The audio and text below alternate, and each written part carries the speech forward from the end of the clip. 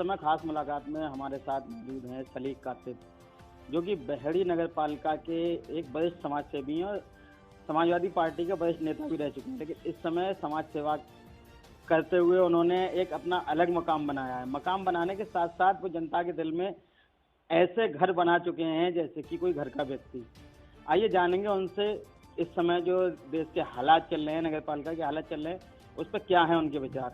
सलीक कातिब साहब, सबसे पहले स्वागत है आपका हमारे चैनल में। शुक्रिया।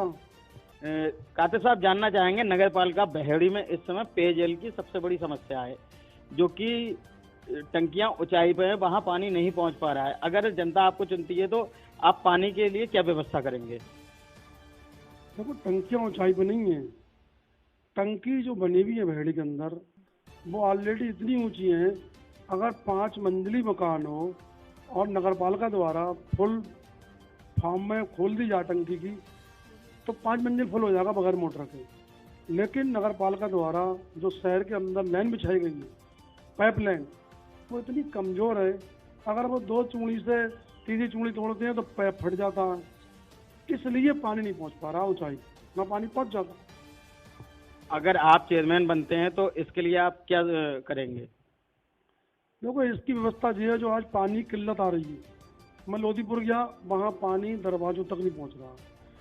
मैन ये है कि लाइट तो कमा रही है, लेकिन लाइट कमा रही है तो नगर पालिका के पास बजट इतना है कि नगर पालिका अपना जनरेटर लगा सकती है, अपनी मोटरों को सही करा सकती है। एक मोटर फूक जाती है तो 15 दिन में सही होकर आती है। अरे नगर पालिका का बजट है, मोटर उसको सही करा कर नहीं लगाई है और एक रिपेयर करके रखी है। जैसे ट्रांसफार्मर बिजली विभाग के लोग रखते हैं, ये नगर पालिका नहीं करती है। इसलिए पानी की किल्लत है और लोगों को पानी नहीं मिल पाता।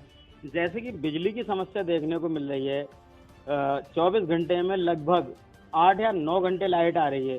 इस समस्या का समाधान कैसे किया जा सकता है? बहेड़ी में तो 8-9 घंटे भी नहीं आ रही।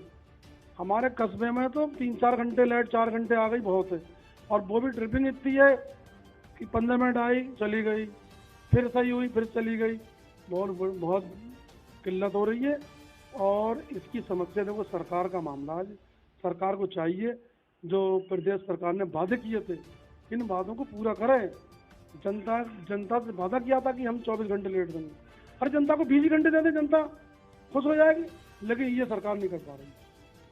और इस समय बहेड़ी के जो रोडों के हालात हैं, जो कि नगर पालिका में आते हैं, पीडब्ल्यूडी विभाग में जो आते हैं वो अलग चीज़ है, लेकिन जो नगर पालिका के क्षेत्र में आते हैं, नगर पालिका जिस पर काम करा सकती है उस पर अभी तक काम नहीं हुआ है।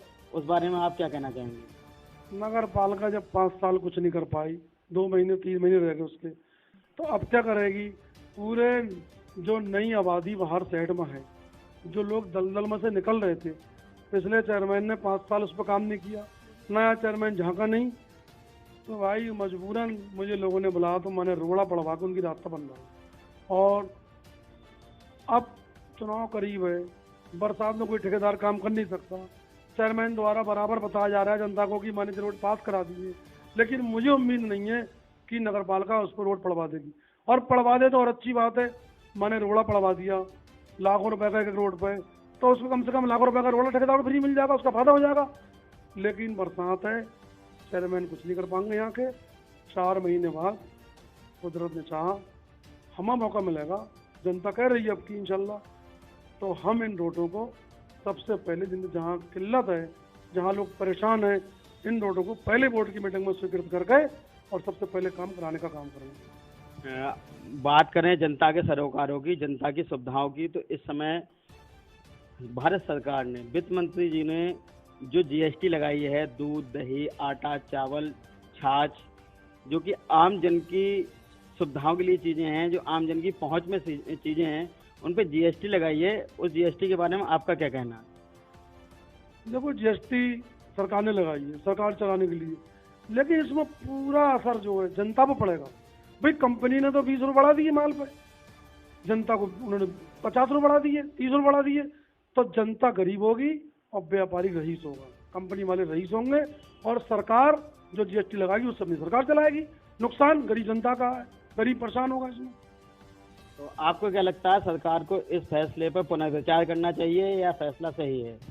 सरकार को इस फैसले पर पुनः विचार करना चाहिए और जीएसटी की संख्या सरकार भी चलना चाहिए और जनता भी चलना चाहिए।